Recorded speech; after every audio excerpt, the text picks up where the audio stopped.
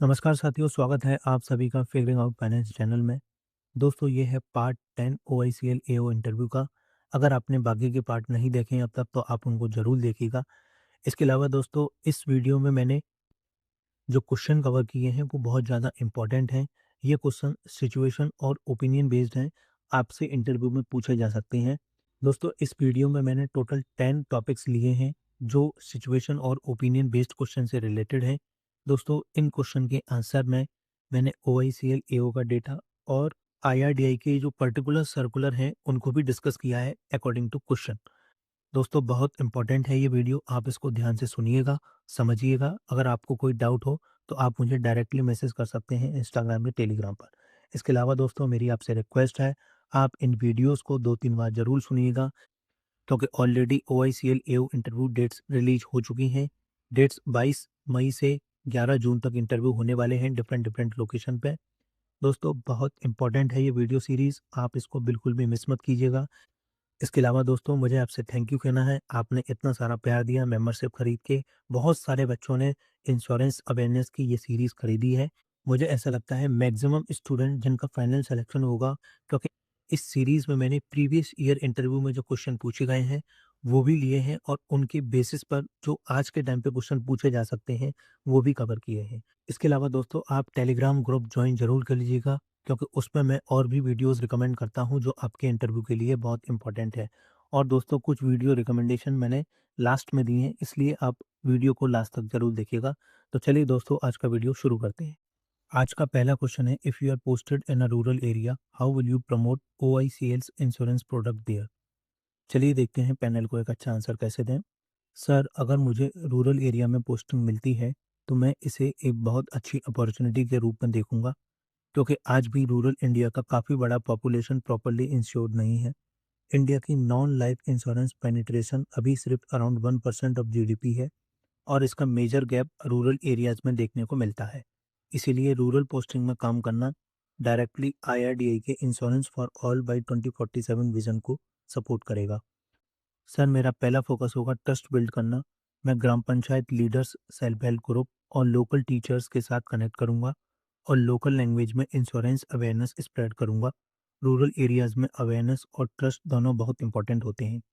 उसके बाद मैं ओआईसीएल के रूरल फोकस्ड प्रोडक्ट को एक्टिवली प्रमोट करूंगा, जैसे कैटल इंश्योरेंस, क्रॉप इंश्योरेंस और जन आरोग्य पॉलिसी।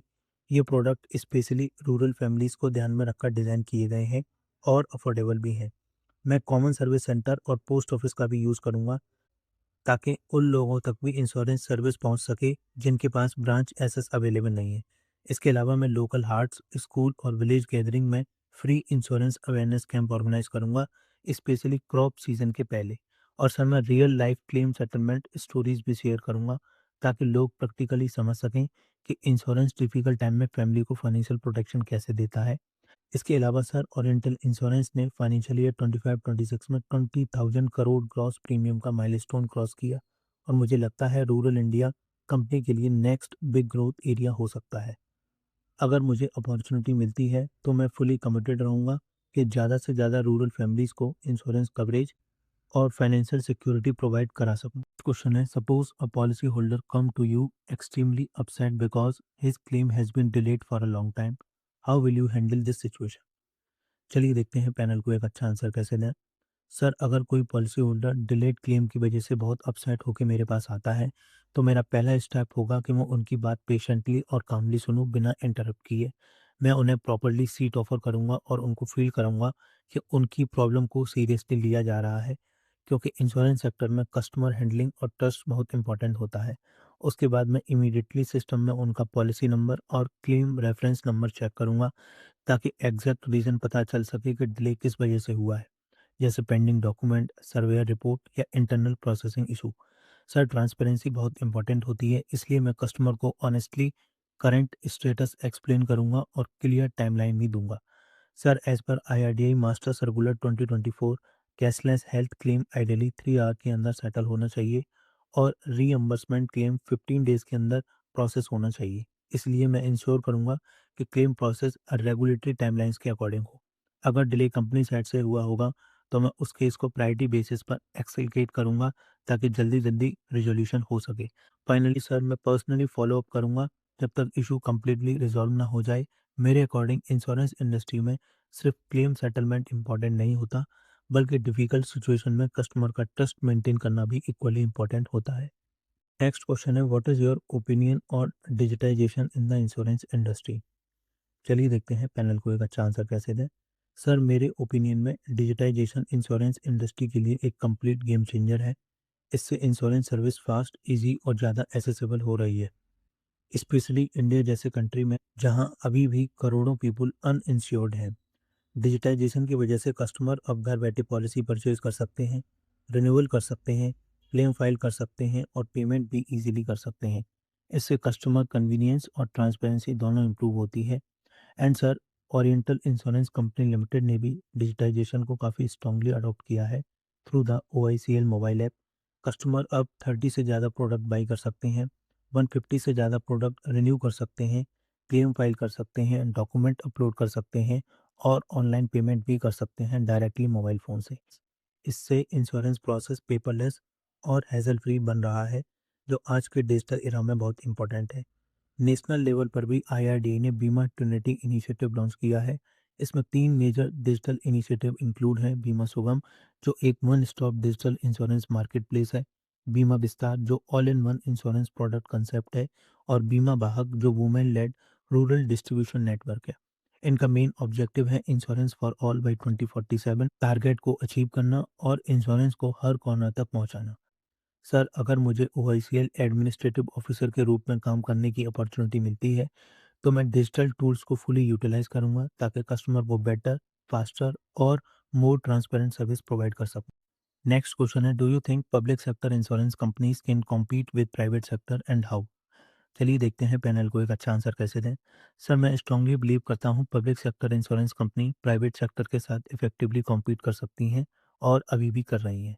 इसका सबसे अच्छा एग्जांपल है public sector general insurance company का रीसेंट टर्न अराउंड। इन सभी public sector unit general insurers का कंबाइंड प्रीमियम 2025 तक नियरली 1.06 लाख करोड़ तक पहुंच चुका है। एंड सर, ओरिएंटल इंश्योरेंस ने भी फाइनेंशियल ईयर 25-26 में 20,000 करोड़ से ज़्यादा ग्रॉस प्रीमियम का माइलस्टोन क्रॉस किया है और अराउंड 8.4% ग्रोथ अचीव की है, जो इंडस्ट्री ग्रोथ रेट 6.2% से भी हायर है। ये क्लियरली शो करता है कि पब्लिक सेक्टर इंश्योर्स मार्केट में स्ट्रॉन्ग परफॉर्मेंस दे रहे हैं।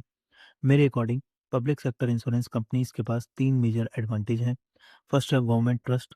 रूरल और सेमी अर्बन एरियाज में आज भी लोग पब्लिक सेक्टर इंस्टीट्यूशन पर ज़्यादा ट्रस्ट करते हैं। सेकंड है उनका वाइड ब्रांच नेटवर्क, जो इंडिया के ऑलमोस्ट हर रीजन तक रीच प्रोवाइड करता है। थर्ड एडवांटेज है सोशल इंश्योरेंस का डीप एक्सपीरियंस, जैसे क्रॉप इंश्योरेंस और कैटल इंश्योरेंस, जहां पब्लिक सेक्टर यूनिट इंश्योर्स का काफ़ी स्ट्रॉन्ग प्रेजेंस रहा है। लेकिन सर, कॉम्पिटिटिव रहने के लिए कंटिन्यूस इंप्रूवमेंट भी बहुत इंपॉर्टेंट है। हमें डिजिटल टूल अडॉप्ट करने होंगे, यंगर कस्टमर के लिए इनोवेटिव प्रोडक्ट लॉन्च करने होंगे, क्लेम सेटलमेंट प्रोसेस फास्ट करना होगा और फिनटेक कंपनीज के साथ पार्टनरशिप भी इंक्रीज करनी होगी। डिपार्टमेंट ऑफ फाइनेंशियल सर्विसेज ने भी जनवरी 2026 में इस डायरेक्शन में फोकस करने को एम्फेसिस किया था। ओवरऑल सर, मेरा मानना है कि right mindset, customer focused approach और स्ट्रॉन्ग डिजिटल स्ट्रेटजी के साथ ओरिएंटल इंश्योरेंस और दूसरी public sector insurance companies industry को कॉन्फिडेंटली लीड कर सकती हैं। नेक्स्ट क्वेश्चन है, suppose a politically influence person files a fraudulent insurance claim, how will you handle it as an administrative officer? चलिए देखते हैं पैनल को एक अच्छा आंसर कैसे दें। सर मेरे अकॉर्डिंग लॉ सबके लिए इक्वल होता है, चाहे क्लेमेंट एक कॉमन पर्सन हो या politically influence individual. Claim verification process same ही रहेगा। इंटीग्रिटी के मैटर में कोई कॉम्प्रोमाइज़ नहीं होना चाहिए। एज एन एडमिनिस्ट्रेटिव ऑफिसर मैं सबसे पहले स्टैंडर्ड प्रोसीजर फॉलो करूंगा। मैं सारे डॉक्यूमेंट प्रॉपर्ली वेरीफाई करूंगा, ग्राउंड लेवल फैक्ट्स चेक करूंगा और अगर फ्रॉड का सस्पिशन होता है तो सर्वे और इन्वेस्टिगेशन टीम को इन्वॉल्व करूंगा। सर, ओरिएंटल इंश्योरेंस के अंदर एक डेडिकेटेड विजिलेंस डिपार्टमेंट भी होता है, जिसे चीफ विजिलेंस ऑफिसर हेड करते हैं। इस डिपार्टमेंट का मेन ऑब्जेक्टिव करप्शन और फ्रॉड केसेस पर स्ट्रिक्ट एक्शन लेना होता है। अगर इन्वेस्टिगेशन में फ्रॉड कंफर्म होता है तो मैं इमीडिएटली केस को विजिलेंस डिपार्टमेंट के पास रिपोर्ट करूंगा। इसके अलावा IRDAI insurance fraud monitoring framework guideline 2025 जो 1 अप्रैल 2026 से इफेक्टिव हुई हैं, उनके अकॉर्डिंग हर इंश्योरेंस कंपनी को फ्रॉड मॉनिटरिंग यूनिट मेंटेन करना मैंडेटरी है और फ्रॉड रिलेटेड केस को लॉ इन्फोर्समेंट एजेंसी तक रिपोर्ट करना भी नेसेसरी है। सर, मेरे लिए सबसे इम्पोर्टेंट चीज़ होगी कंपनी की इंटीग्रिटी और ऑनेस्ट पॉलिसी होल्डर का ट्रस्ट मेंटेन करना।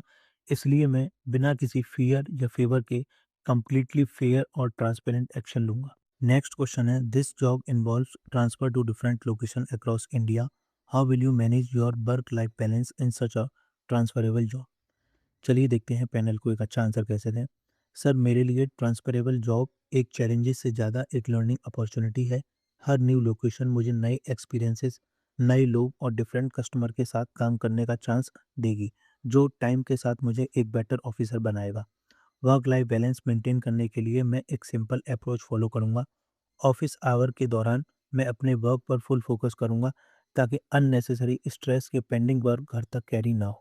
ऑफिस के बाद मैं एक हेल्दी लोकल रूटीन बिल्ड करने की कोशिश करूंगा, जैसे थोड़ा physical activity, proper time management और पॉजिटिव इन्वायरमेंट मेंटेन करना।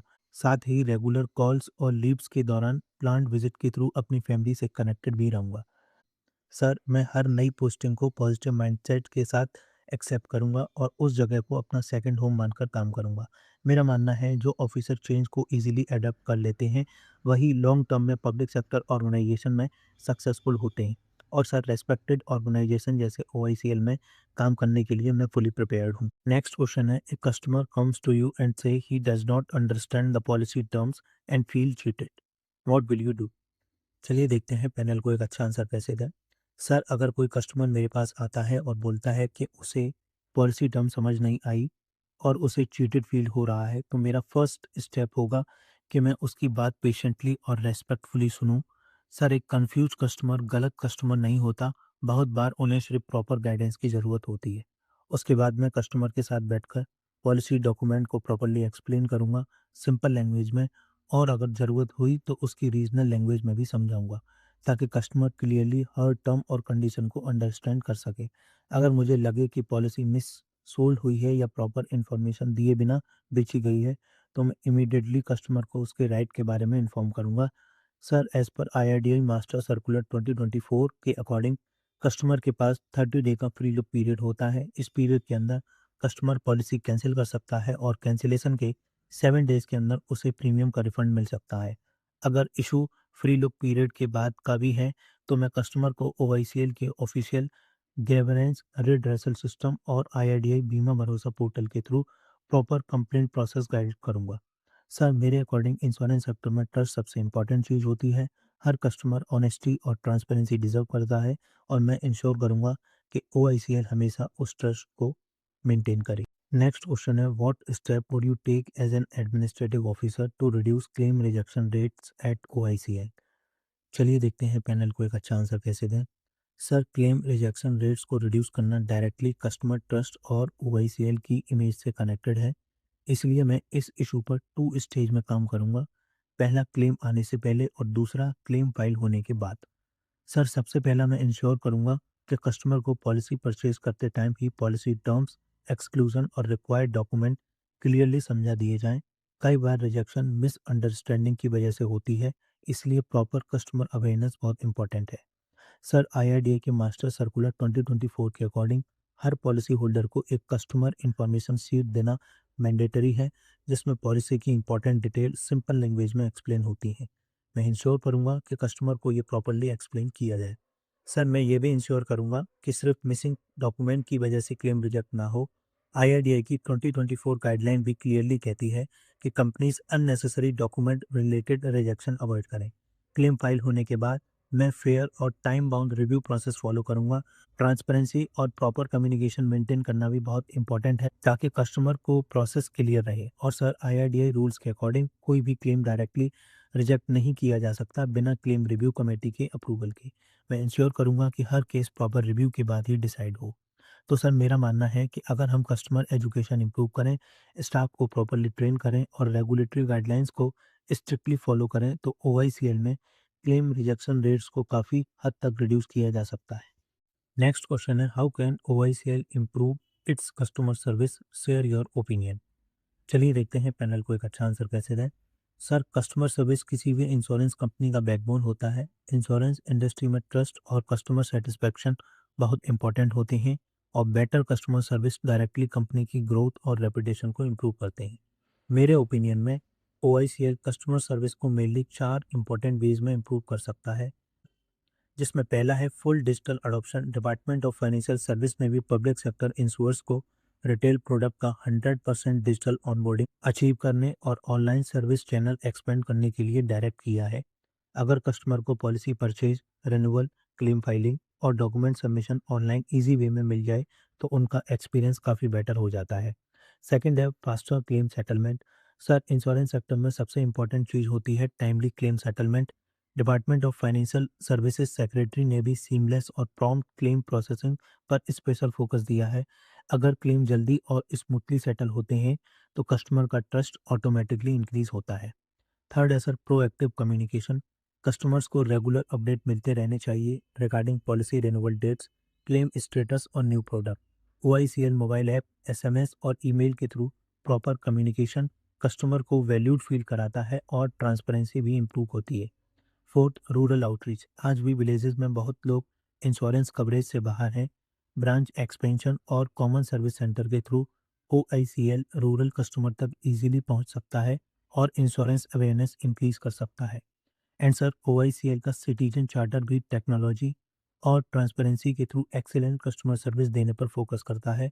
अगर मुझे एडमिनिस्ट्रेटिव ऑफिसर के रूप में काम करने का अपॉर्चुनिटी मिलता है तो मैं डेली बेसिस पर कस्टमर फ्रेंडली अप्रोच फॉलो करूंगा और कंपनी के ट्रस्ट और सर्विस क्वालिटी को स्ट्रॉन्ग बनाने की कोशिश करूंगा।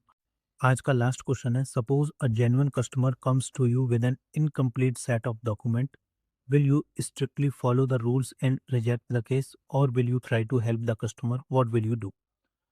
चलिए देखते हैं पैनल को एक अच्छा आंसर कैसे दें। सर, मेरे अकॉर्डिंग ये सिचुएशन रूल्स फॉलो करने और कस्टमर को हेल्प करने के बीच का चॉइस नहीं है, क्योंकि अच्छे रूल्स हमेशा कस्टमर की हेल्प करने के लिए बनाए जाते हैं, उन्हें अननेसेसरी रिजेक्ट करने के लिए नहीं। अगर ये जेन्युइन कस्टमर मेरे पास इनकम्प्लीट डॉक्यूमेंट के साथ आता है तो मैं बिना समझे डायरेक्टली केस रिजेक्ट नहीं करूंगा। सबसे पहले मैं ये अंडरस्टैंड करूंगा कि कौन सा डॉक्यूमेंट मिसिंग है और उसके मिसिंग होने का रीज़न क्या है। अगर वो डॉक्यूमेंट क्लेम डिसीजन के लिए डायरेक्टली क्रिटिकल नहीं है तो मैं कस्टमर को प्रॉपर गाइडेंस दूंगा कि डॉक्यूमेंट कैसे अरेंज करना है और उसको रीजनेबल टाइम भी प्रोवाइड करूंगा सबमिट करने के लिए। सर, ये अप्रोच आईआरडीआई की 2024 गाइडलाइन से भी सपोर्ट होता है। गाइडलाइंस क्लियरली कहती हैं कि सिर्फ मिसिंग डॉक्यूमेंट की वजह से क्लेम रिजेक्ट नहीं किया जाना चाहिए। डॉक्यूमेंट कलेक्ट करने की रिस्पॉन्सिबिलिटी सिर्फ कस्टमर की नहीं, इंश्योर की भी होती है। इसीलिए एज एन एडमिनिस्ट्रेटिव ऑफिसर मेरा अप्रोच हमेशा बैलेंस्ड रहेगा। रूल को प्रॉपरली फॉलो करें लेकिन साथ में ह्यूमन अप्रोच भी मेंटेन करना है, क्योंकि सर रूल्स का पर्पस जस्टिस देना होता है, जेन्युइन कस्टमर को अननेसेसरी डिनाई करना नहीं। दोस्तों, उम्मीद है आपको वीडियो पसंद आई होगी। इसके अलावा मेरी कुछ रिकमेंडेशन है आपके लिए, आप उसको ज़रूर कीजिएगा। सबसे पहले ये आप प्लेलिस्ट सेव कर लीजिएगा। जितनी भी ओआईसीएल एओ इंटरव्यू रिलेटेड वीडियो आएंगी वो आपको इसी प्लेलिस्ट में मिलेगी। इसके अलावा दोस्तों, अगर आपको लगता है आपको इंश्योरेंस टर्म आते हैं बट आप पैनल के सामने एक्सप्लेन नहीं कर पाते तो ये आप इंश्योरेंस टर्म की शॉर्ट वीडियोस ज़रूर देखिएगा। इसमें मैंने पैनल स्टाइल में बताया है कि कैसे आपको एक इंश्योरेंस टर्म पैनल के सामने बोलना चाहिए। सिमिलरली दोस्तों, बैंकिंग और फाइनेंशियल टर्म्स की भी शॉर्ट वीडियोस बनी हुई हैं। इसमें भी मैंने पैनल स्टाइल में बताया है कि कैसे आप एक बैंकिंग टर्म्स को पैनल के सामने अच्छे से बोल सकते हैं ताकि आपके आंसर का पैनल के ऊपर काफ़ी अच्छा इंप्रेशन पड़े, जिससे आपको इंटरव्यू में काफ़ी ज़्यादा मार्क्स मिल सके। इसके अलावा दोस्तों, अगर आप किसी और बैंकिंग इंटरव्यू की तैयारी कर रहे हैं तो आप चैनल पर एक बार विजिट जरूर कीजिएगा।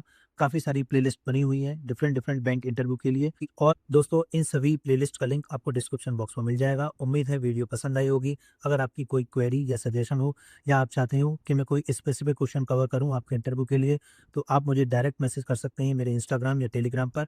लिंक आपको डिस्क्रिप्शन